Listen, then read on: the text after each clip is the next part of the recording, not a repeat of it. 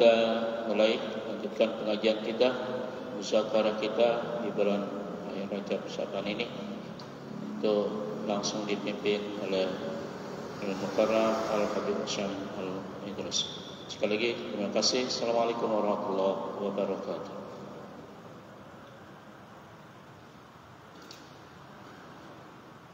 Bismillahirrahmanirrahim. Assalamualaikum warahmatullahi wabarakatuh. Alhamdulillah wassalatu wassalamu ala sayyidina Muhammadin wa ala alihi wa sahbihi ajma'in. Amma ba'du. Bapak-bapak, ibu-ibu yang dimuliakan Allah Subhanahu wa taala, bersyukur kepada Allah Subhanahu wa taala pada malam hari ini kita diberikan kesempatan oleh Allah Subhanahu wa taala untuk kembali lagi duduk di majelis hadis Nabi Muhammad sallallahu alaihi wasallam.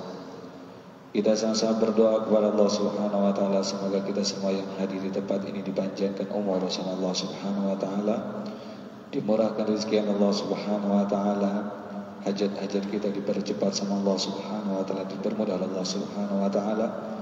Keturunan dan keluarga kita jadikan saleh dan salihah, dan kita meninggal dalam kondisi husnul khatimah. Bismillahil Fatihah.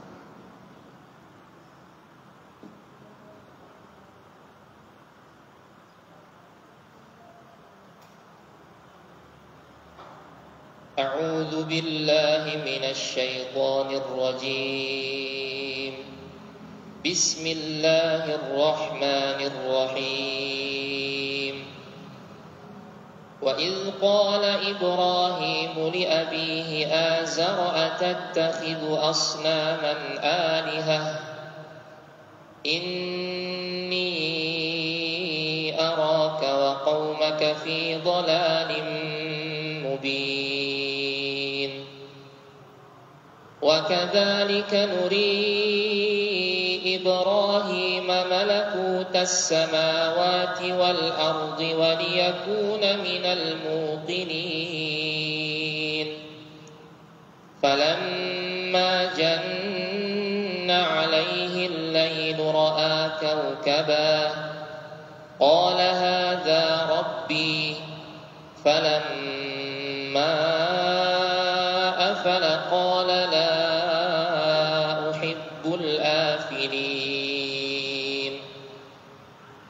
فلما رأى القمر بازغا قال هذا ربي فلما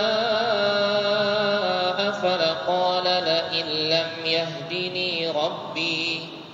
لئن لم يهدني ربي لأكونن من القوم الضالين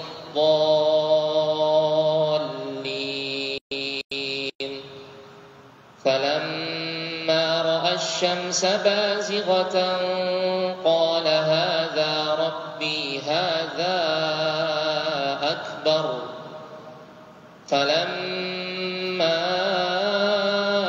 أفلت قال يا قوم إني بريء مما تشركون إني وجهت وجهي للذي فطر السماوات والأرض حنيفا وما أنا من المشركين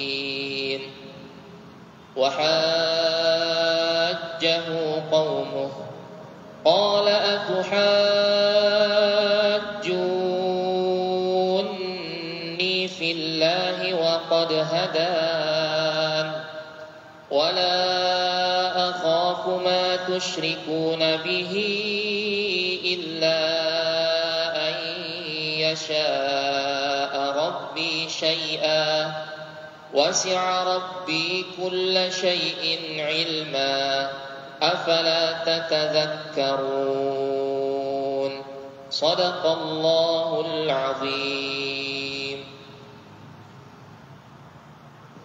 Bapak-bapak, ibu-ibu yang dimuliakan Allah Subhanahu wa taala, kita lanjutkan kajian kita dalam kitab Riyadhus Shalihin, hadis yang selanjutnya yang dibawakan oleh Imam Nawawi rahimahullahu taala. Bismillah. Bismillahirrahmanirrahim. عن ابن عباس قال رسول الله صلى الله عليه وسلم عرضت علي الأمم فجعل النبي والنبيان يمرون معهم الرهط والنبي ليس معه أحد حتى رفع لي سواد عظيم قلت ما هذا أمتي هذه قيل بل هذا موسى وقومه قيل انظر إلى الأفق فإذا سواد يملأ الأفق ثم قيل لينظر ها هنا وها هنا في آفاق السماء فإذا سواد قد ملأ الأفق قيل هذه أمتك ويدخل الجنة من هؤلاء 70,000 بغير حساب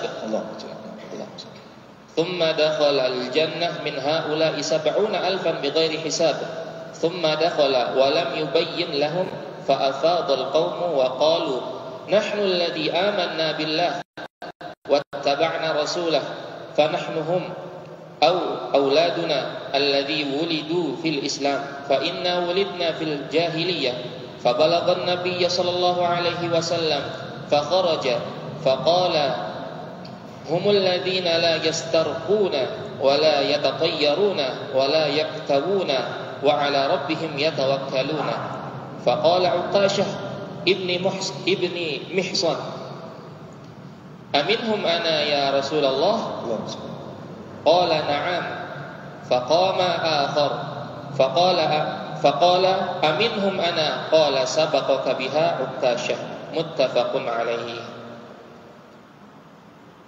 Bapak-bapak, ibu-ibu yang dimuliakan oleh Allah Subhanahu wa taala, hadis yang dibacakan tadi kisah tentang Nabi Muhammad sallallahu alaihi wasallam ditampakkan oleh Allah Subhanahu wa taala keadaan umat-umat terdahulu dan umat Nabi Muhammad sallallahu alaihi wasallam.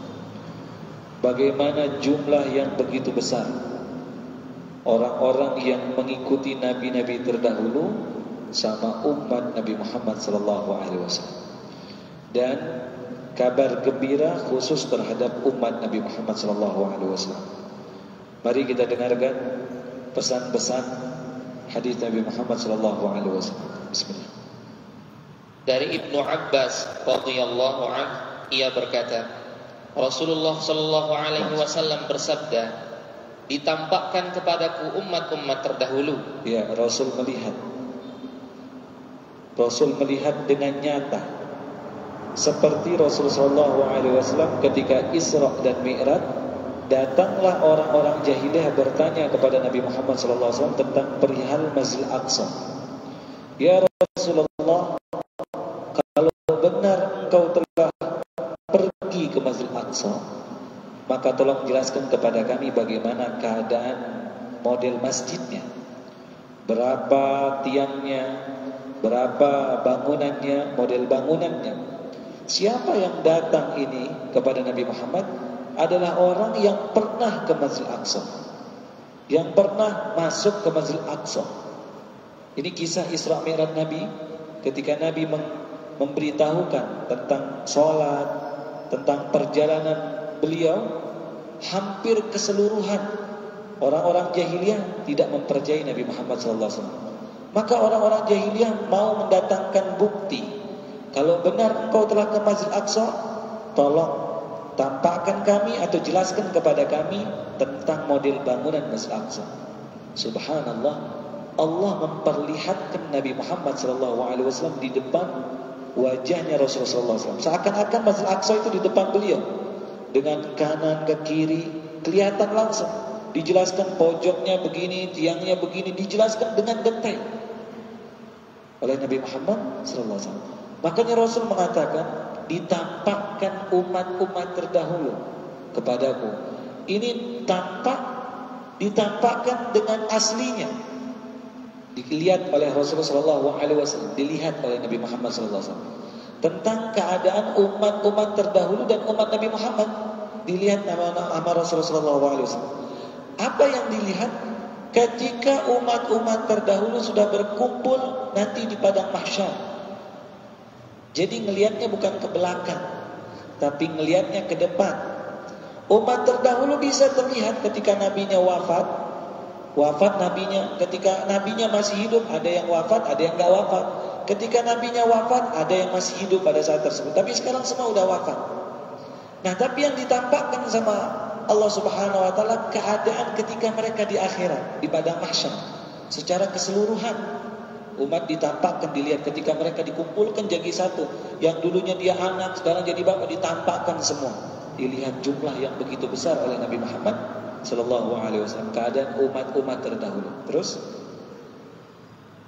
kulihat ada dan itu sering terjadi kepada Nabi Muhammad, sering nampak, kelihatan. Hal-hal yang dilihat oleh Nabi itu berita pasti dilihat oleh Nabi Muhammad sallallahu alaihi wasallam. Ketika Rasul melihat hal itu lalu diberitahukan, makanya disebut namanya sesuatu yang gaib, sesuatu yang bagi orang normal tidak terlihat, tapi khususiat bagi Nabi Muhammad sallallahu alaihi wasallam terlihat, ditampakkan oleh Allah Subhanahu wa taala. Keadaan-keadaan seperti itu. Terus kulihat ada seorang nabi yang disertai dengan rombongan kecil. Disertai rombongan kecil. Terus ada pula nabi yang disertai dengan 1-2 orang saja. Ada nabi yang punya pengikut cuma 1-2 saja. Jadi nabi itu dan rasul tidak harus umatnya banyak. Tugas mereka yang penting mereka jalankan tugas secara maksimal. Tapi tidak dilihat dari jumlah pengikutnya oleh Allah Subhanahu wa taala. Bagaimana kesabaran nabi terdahulu, maka dia diangkat menjadi nabi yang terbaik. Makanya dikenal Nabi Ulul Azmi. Nabi siapa? Ulul Azmi. Di sana ada Nabi siapa Ulul Azmi? Ada Nabi Muhammad. Ada Nabi siapa? Nabi Musa. Ada Nabi siapa lagi? Nabi Isa, Nabi Nuh di sana. Ada Nabi Nuh. Nabi Nuh di sana pengikutnya enggak banyak, tapi berdakwah berpuluh-puluh tahun. Tapi Nabi Yunus, tanpa merendahkan Nabi Yunus alaihissalam, pengikut beliau Nabi Yunus alaihissalam alfasanatin aw yazidun, banyak, lebih mi'ata alfin aw yazidun katanya. Ratusan ribu umatnya Nabi Yunus alaihissalam, tapi kok tidak masuk ke kategori Nabi Ulul Azmi. Ternyata yang dilihat sama Allah Subhanahu wa taala tingkat bagaimana kesabaran seseorang ketika menjalankan tugas. Semakin seseorang kuat menjalankan tugas sabar, maka dia semakin dekat dengan Allah Subhanahu wa taala. Bukan berarti umat yang banyak lalu menambah naikkan derajatnya dengan jumlah yang banyak itu. Pengikut banyak naikkan derajat, pengikut sedikit nurunkan derajat, bukan. Karena kesabaran, kegigihan jalankan tugas dengan benar, semakin tinggi derajatnya seseorang. Jelas apa tidak? Bisa jadi orang yang memiliki 1 anak lebih banyak kesabarannya ketimbang orang yang memiliki 9 anak. Jelas? Bisa jadi orang yang memiliki 2 murid lebih tinggi tingkat kesabarannya ketimbang yang memiliki ratusan murid.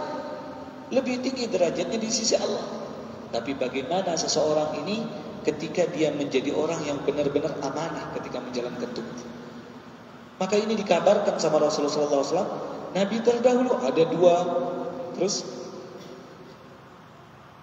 bahkan ada seorang Nabi yang tanpa pengikut seorang pun. Tanpa pengikut seorang pun. Subhanallah. Apakah dia gugur menjadi Nabi? Apakah dia tidak jadi Nabi? Jawabannya tidak. Apakah dengan tidak ada yang ikuti dia terus dia katakan dia gagal? Bukan. Dia bukan gagal. Orang yang gagal justru orang yang tidak menjalankan tugas dengan benar. Walaupun ada yang mengikuti dia. Jelas? Tapi orang yang benar-benar berhasil adalah orang yang sudah menjalankan tugas dengan benar. Dengan benar dia jalankan tugas. Orang ada yang ikut, ada yang gak ikut. Yang penting dia termasuk orang yang berhasil posisi seperti itu. Bukan berarti tidak ada pengikut lalu dia gagal menjadi nabi. Bukan berarti ketika seseorang tidak memiliki anak dia gagal menjadi orang tua. Tidak.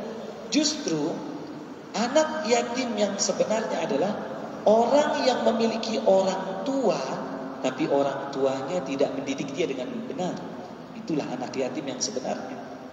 Ada orang tidak memiliki orang tua, ayah dan ibu sudah meninggal. Ini secara lugawi, secara bahasa dia anak yatim.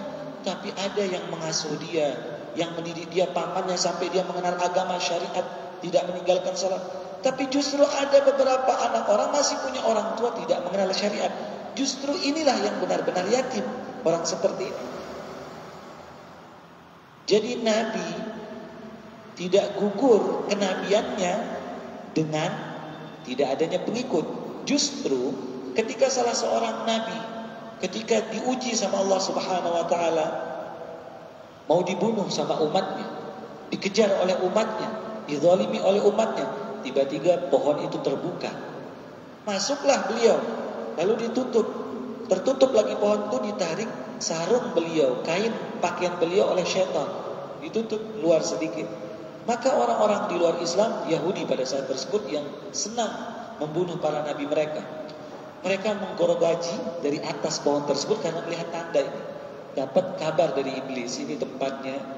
Dia potong dari atas nabi itu, terkena kepalanya. Lalu dia mengucapkan kata, kalau bahasa kita aduh, dalam bahasa Arab begitu. Dia ucapkan kata aduh. Apa kata malaikat mengabarkan kepada dia? Wahai Nabi Allah, wahai Nabi Allah, Allah mengatakan apabila engkau mengucapkan kata aduh lagi, maka engkau akan dihapus dari kalangan para nabi. Saja tidak boleh para nabi. Saking sabar mereka. Kita sudah berapa kali berapa kali aduh, berapa kali mengeluh atas keadaan yang kita diberikan sama Allah. Padahal keadaan yang kita diberikan sama Allah ini adalah keadaan yang paling baik untuk kita, diberikan sama Allah Subhanahu wa taala. Terus kemudian tampak satu rombongan besar yang aku sangka mereka adalah umatku. Disangka oleh Nabi, karena umat Nabi ini paling panjang. Biasanya Nabi terdahulu begitu wafat, gak lama wafat umatnya, lahirlah Nabi.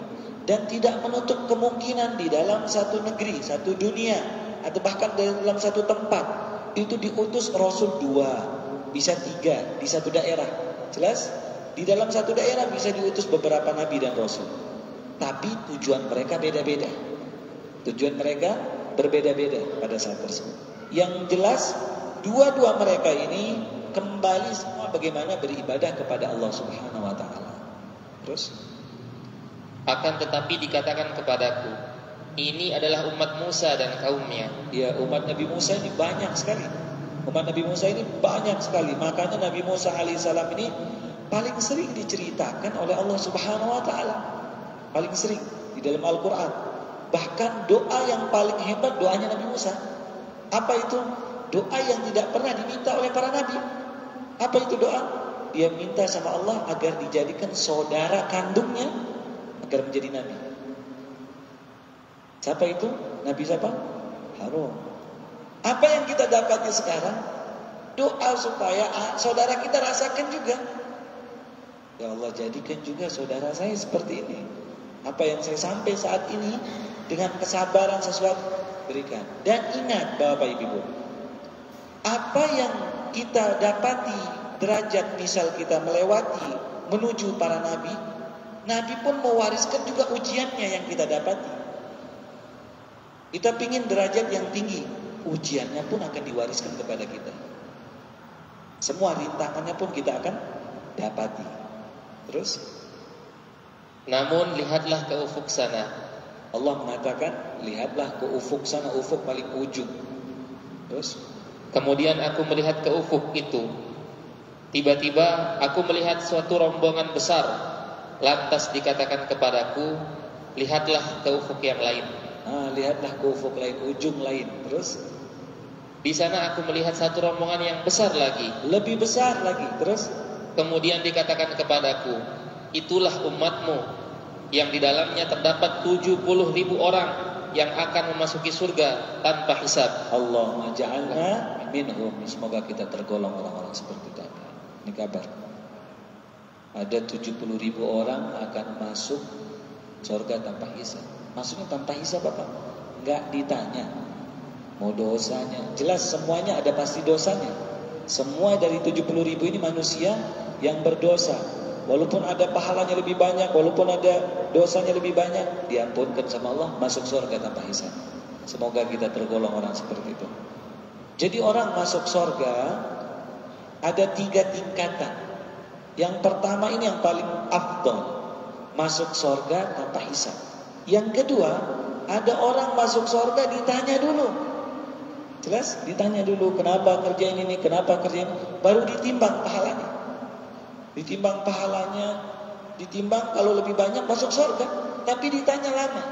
Golongan ketiga ini dicuci dulu, dimasukkan ke neraka dulu, dihabiskan dosanya sambil lebih banyak pahalanya, baru dimasukkan ke dalam surga Allah Subhanahu wa taala. Terus ufuk, Bapak Ibu, dalam bahasa Arab ujung, ufuk, ujung. Dalam fikih nanti dikenal dengan bahasa fajrus shadiq dan fajrul kadhib. Fajar shadiq dan fajar bohong. Fajar benar dan fajar bohong. Apa maksudnya? Ini untuk menentukan waktu subuh. Ulama mengatakan, kapan terbitnya azan subuh? Ketika fajar subuh sudah nampak. Fajar yang mana? Fajarnya ada dua macam. Ada fajar shadiq, fajar yang benar. Ada fajar kadhib, fajar yang bohong. Apa bedanya, ciri-cirinya? Fajar yang benar, bagi kita yang mau melihat fajar yang benar, bapak-bapak pergi ke lapangan. Lapangan mana saja yang gak ada lampu. Jelas? Baru dia kelihatan yang jelas. Kalau kita di Yaman, pergi ke padang pasir, kelihatan asli, dia kelihatan seperti itu. Tapi kita sekarang ini karena banyak lampu-lampu gak terlalu kelihatan. Tapi kalau bapak-bapak ke atas gunung, dataran yang agak tinggi kelihatan. Apa bedanya? Kalau fajar kadhib ini setiap malam dia ada. Bedanya apa?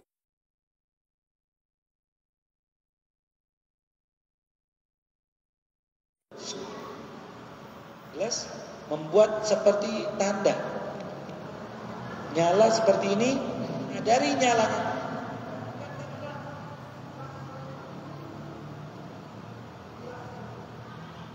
Seperti itu. Yang tadi ini hitam, ini hitam.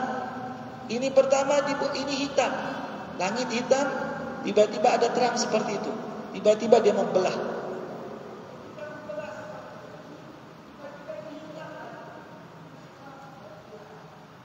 Sebut namanya fajar kadhib. Fajar yang bohong. Sedangkan fajar shadiq ini, fajar yang benar itu bagaimana?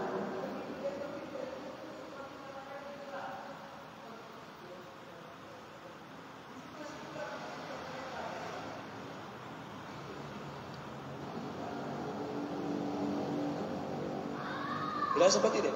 Seperti itu namanya fajar shadiq. Kapan bisa kita lihat kalau nggak banyak lampu? Misal kita lagi di pinggir pantai bisa kelihatan, bisa dia terlihat. Kami pernah melihat begitu kami lagi di atas bis, mana sih? Begitu kami perjalanan antara Yaman ke Oman, melihat karena perjalanan tersebut penuh naik ke atas gunung. Jalannya sampingnya ada jurang tapi terbuat dari batu. Kalau jurang di sini bawahnya ada pohon, kalau di sana batu.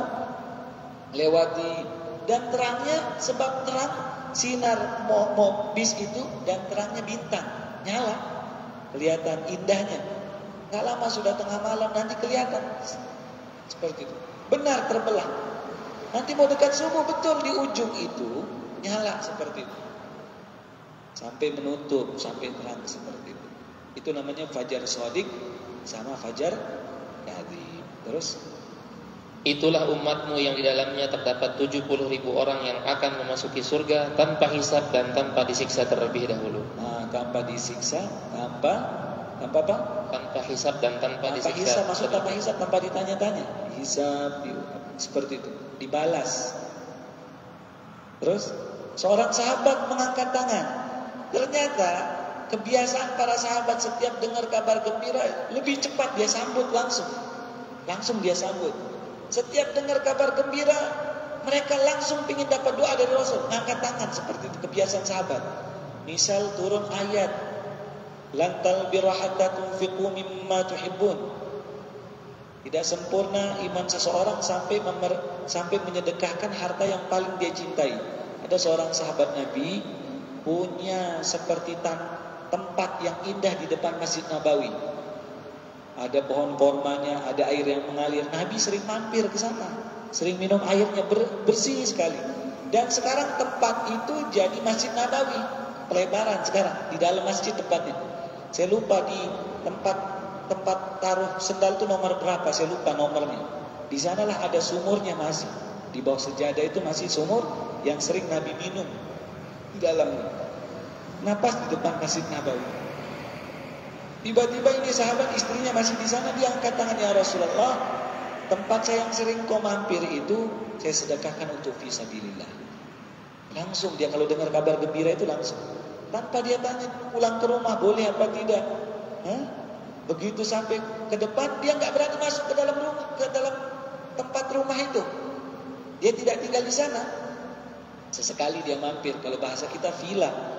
Terus dia panggil istrinya, keluar, wahai istriku, ada apa wahai suamiku? Sesungguhnya saya sudah sedekahkan ini untuk fisabilillah. Apa kata istrinya?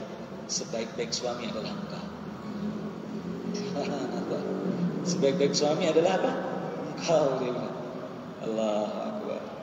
Nah, istri sahabat, apabila kerjasama dalam kebaikan antara suami istri, satu fikir, cepat sampai ke Allah. Kadangkala ada yang narik kita di rumah, ada sesuatu, tapi kalau satu fikir, cepat sampai ke Allah. Bagaimana cara satu fikir? Satu tempat belajar, satu tempat apa, seperti itu. Nanti lama-lama satu pikir sama suami istri seperti itu. Terus beliau kemudian bangkit dan masuk ke dalam rumah. Iya. Orang-orang ramai membicarakan tentang orang-orang yang akan masuk surga tanpa hisab dan jadi hisab. Rumahnya Rasul, rumahnya Nabi ini pas sebelah. Kalau sekarang yang masjid itu sekitar 12 tiang. Yang asli di dalam itu 12 tiang, sekitar 12. Rasul langsung masuk, dekat sekali ke rumah Nabi Muhammad SAW. Rasul balik. Terus sahabat Nabi bicara, Masya Allah ada 70.000 orang masuk surga. Tapi padahal amal mereka ini Masya Allah, masing-masing mereka ini punya amalan, selalu mengkhatamkan Quran. Dan banyak dari sahabat sering mengkhatamkan Quran dalam sholat. Sering itu sahabat Nabi bicara kabar gembira nih, Allah ada orang masuk surga tanpa hisab. Senang mereka. Kenapa? Mereka dapat kabar gembira dari Rasul. Terus Rasul masuk. Salah seorang di antara mereka berkata, mungkin saja mereka adalah sahabat-sahabat Rasulullah Sallallahu Alaihi Wasallam. Mungkin adalah sahabat Nabi. Terus, dan ada pula yang mengatakan, mungkin saja mereka adalah orang-orang yang dilahirkan dalam keadaan Islam dan dia tidak menyekutukan Allah. Iya. Nebak-nebak ini sahabat. Mungkinkah dia sahabat Nabi atau orang yang lahir tidak pernah menyembah berhala? Jelas lahir langsung Islam. Terus, dan mereka menafsirkan bermacam-macam. Macam-macam sahabat. Ada yang mungkin yang baik zaman jahiliyah, terus masuk Islam dia baik. Jadi orang sebaik-baik orang itu adalah orang yang zaman jahiliyah dia sudah baik dermawan, masuk Islam tanpa dermawan. Dia memang orang baik gitu. Seperti itu. Terus kemudian Rasulullah Shallallahu Alaihi Wasallam keluar dan bersabda kepada mereka, apa yang sedang kalian bicarakan? Kemudian mereka menceritakannya.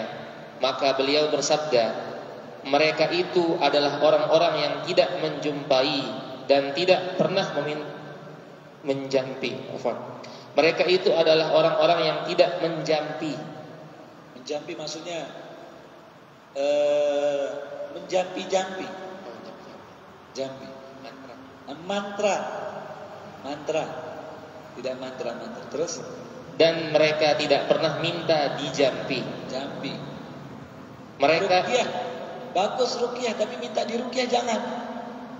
Nih tidak masuk dia nanti kalau orang yang coba ruqyah saya kata dia. Jelas tidak masuk dia nanti. Syaratnya memang disebut sama Nabi. Kalau kita sehat jangan minta diruqyah, tapi kalau kita tiba-tiba dipegang orang lagi kerasukan terus diruqyah, beda lagi. Jelas? Tidak masuk dia nanti kalau yang minta dibaca-bacain. Terus mereka yang tidak meramal dan hanya kepada Tuhan sajalah mereka bertawakal.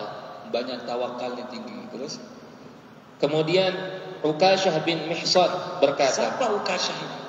Sahabat Nabi. Inilah sahabat Nabi ketika Fathul Mekah pernah mengangkat tangan kepada Nabi. Ukasyah yang pernah protes kepada Nabi ketika akhir-akhir mendekati wafat Rasul. Rasul membuat ceramah pidato terakhir sebelum wafat. Rasul mengatakan ketika berkumpul semua sahabat, isi pidatonya beliau mengatakan, siapapun yang pernah saya zalimi cepat balas. Siapapun yang punya utang sama saya cepat tagih. Dan tolong sampaikan Islam ini kemana engkau pergi. Seorang sahabat terdiam semua dan Sayyidina Abu Bakar menangis. Hanya Abu Bakar yang mengerti sabdanya Rasul, paling mengerti. Apa maknanya? Beliau peka sekali Rasul sebentar lagi mau wafat. Tapi begitu tenang, hening, seorang sahabat dari belakang angkat tangan. Siapa itu? Inilah dia, Ukasyah. Kata, ya Rasulullah, saya mau kisos engkau, mau balas engkau. Sahabat semua nengok ke belakang, ada apa ini? Maju ya Ukasyah. Begitu maju ditarik sama sahabat Nabi. Jangan, Rasul sedang sakit. Kata Rasul mengatakan dari atas mimbar, wahai sahabatku, ini urusanku dengan Ukasyah, biarkan Ukasyah maju. Majulah Ukasyah sampai depan, melewati Sayyidina Umar. Wahai Ukasyah, jangan kau sakiti Nabi. Kalau engkau melangkah, engkau bermusuhan dengan saya, berurusan dengan saya. Tidak berani maju. Siapa Ukasyah? Wahai Umar, biarkan maju Ukasyah, ini urusanku dengan Ukasyah. Begitu sampai di dekat mimbar Rasul, maka Ukasyah mengatakan, ya Rasulullah, dulu engkau pernah memukul perut saya. Begitu baris dalam medan perang. Rasul itu kalau medan perang dibaris, diatur baris rapi. Rasul itu senang bawa tongkat kecil, ngatur barisan. Bawa tongkat apa? Kecil. Perutnya agak maju. Si Ukasyah diginikan sama Rasul, suruh maju, suruh belakangan gitu, belakangan dikit. Itu yang mau ditagih sama dia. Sekarang saya mau pukul pecut kau ya Rasulullah. Ayo balas, kata Rasulullah SAW. Bagaimana saya bisa membalas sedangkan kau di atas mimbar? Maka Rasul dibapa oleh Sayyidina Ali dengan Bilal bin Rabah. Begitu turun, silahkan balas. Apa kata Ukasyah? Ya Rasulullah, saya mau pukul kau dengan pecutan yang kau bawa itu. Sahabat Nabi mulai ribut. Jangan wahai Ukasyah, jangan kau pukul Nabi. Nabi mengatakan, ambil pecut itu di rumah. Diambil, begitu diambil diberikan. Ketika di tangan Ukasyah mengatakan, ya Rasulullah, dulu engkau pukul saya pakai baju, saya nggak pakai baju. Sedangkan engkau sekarang pakai baju, nggak adil, engkau buka baju. Hebatnya Rasul, adilnya dia buka pakaiannya Nabi Muhammad SAW. Hanya menutup aurat, dalam kondisi hangat, badannya dekat wafat Rasul. Pukul wahai Ukasyah, disuruh pergi yang di sampingnya. Pukul wahai Ukasyah. Semua sahabat melihat, ada yang sebagian nunduk diputar-putar, dia lempar. Jelas? Dia lempar apa? Pecut itu, lalu dia peluk perutnya Rasulullah SAW sambil memeluknya, menangis di perutnya Rasul. Dia cium perutnya Nabi Muhammad SAW. Dia cium. Apa yang kau lakukan wahai Ukasyah?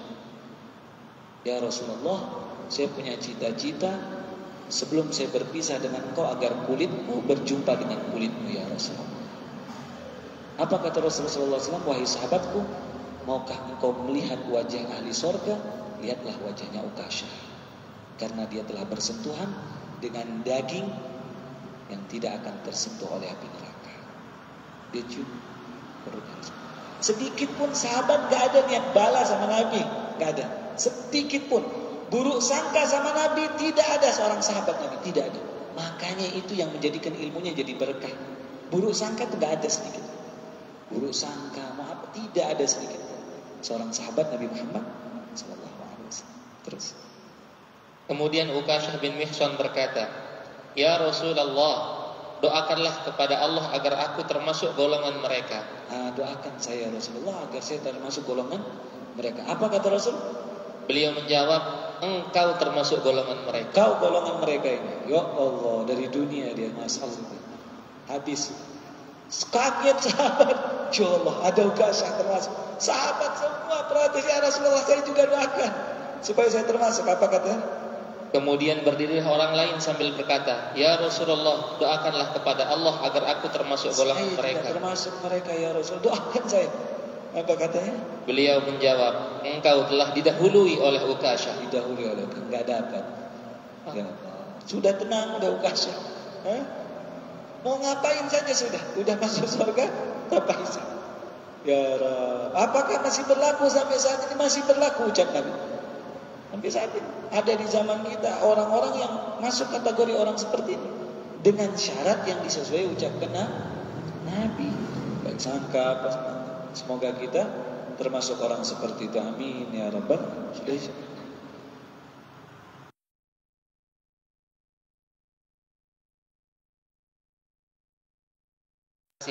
أن النبي صلى الله عليه وسلم كان يقول أعوذ بعزتك الذي لا إله إلا أنت الذي لا يموت والجن والإنس يموتون متفق عليه. Doa kita diajarkan sama Rasul.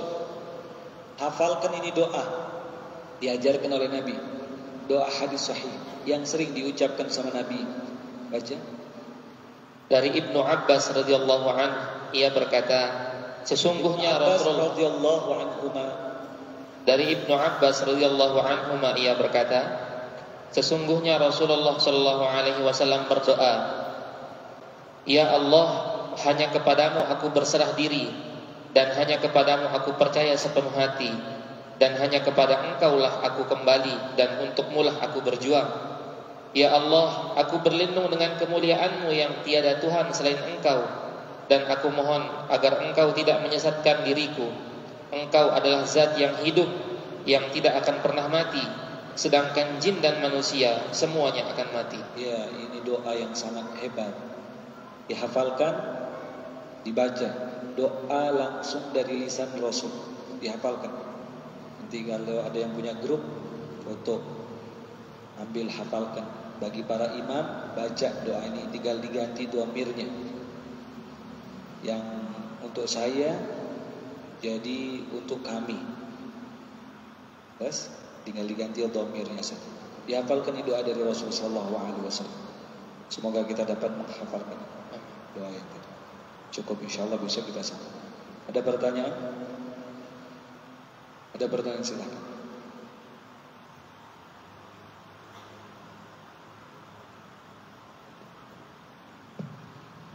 Bismillahirrahmanirrahim. Assalamualaikum warahmatullahi wabarakatuh.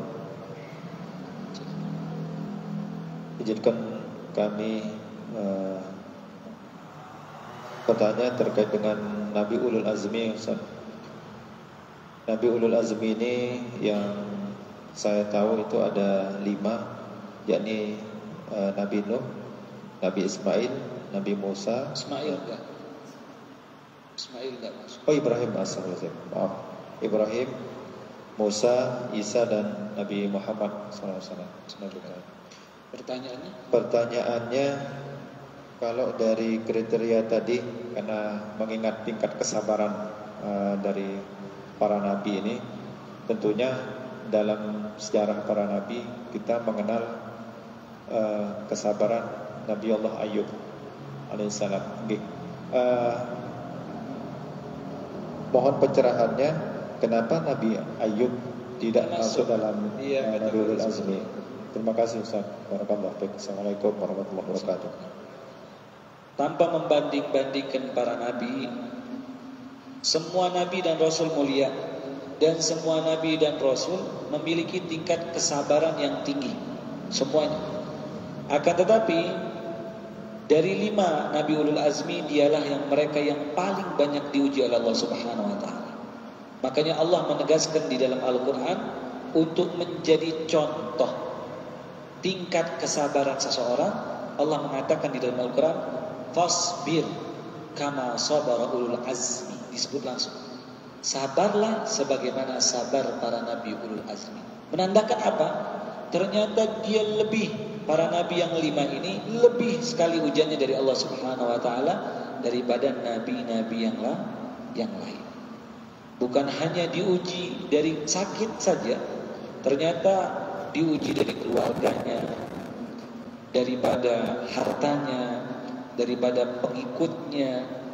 Banyak sekali ujian yang diberikan oleh Allah Subhanahu wa taala daripada Nabi Ulul Azmi, dan dari semua penjuru dia dapat. Tapi semasa orang masih hidup, ada orang diuji sama Allah dari 2 penjuru saja. Ada yang 1 penjuru saja sampai dia wafat. Jelas? Tapi Nabi yang 5 ini semua penjuru uji. Dari keluarga, orang terdekat, orang yang jauh, dari perasaan dan penyakit, harta, semua muji dia. Bahkan dari 5 ini semua mereka direncanakan untuk dibunuh oleh umatnya. Umatnya berencana untuk membunuh mereka. Dan seringkali dan semuanya gagal. Jelas? Seperti itu. Maka tingkatan kesabaran itu yang paling tinggi memang adalah Nabi, yaitu Nabi Ulul Azmi. Akan tetapi sering kita dengar ucapan sabar Ayub, kata dia. Ucapan orang-orang Arab pun dia mengatakan sabar Ayub. Maknanya apa? Sabar Ayub nih, sabar sebagaimana Nabi Ayub, tingkat sakitnya terlalu lama sakit. Tapi seorang nabi yang lain, mereka diuji dalam hatinya, perasaan. Ujian terbesar itu perasaan. Kalau perasaan sudah terkena, sakit. Sakitnya membuat kita nggak bisa tidur, ujian perasaan. Apalagi ujian itu terdapat dari pasangan, dari orang-orang terdekat kita. Ada pertanyaan lagi? Cukup ya?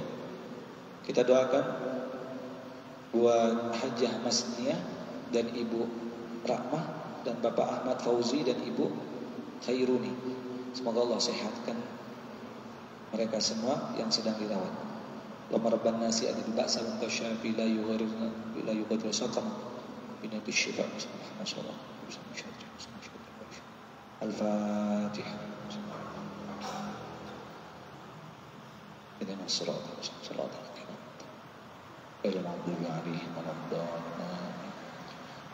diumumkan kepada ibu-ibu, insyaallah besok pengajian ibu-ibu dimulai kembali lagi ba'da salatul asar, kajian kitab Bulughul Maram di Masjid Nurul Syuhada yang lama. Ya Rabbana wa annana asrafna ala laza asrafna fatub alaina taubah taksil li kulli haubah wastur lanal aurati wa aminir rawati waghfir li walidina rabbi wa mauludina wal ahli wal ihwani wa sa'iril hillani wa kulli zi mahabbah au jiratin au subah wal muslimina ajma amin ya rabbi isma fadlan wajudan manna la biktisabin minna bil mustafa rasuli nahza bi kulli suli salla wa sallam rabbi alaihi adal habbi wa alihi wa sahbi adada statis subi walhamdulillahi bil badri wa tanahi subhanallah. Assalamualaikum warahmatullahi wabarakatuh.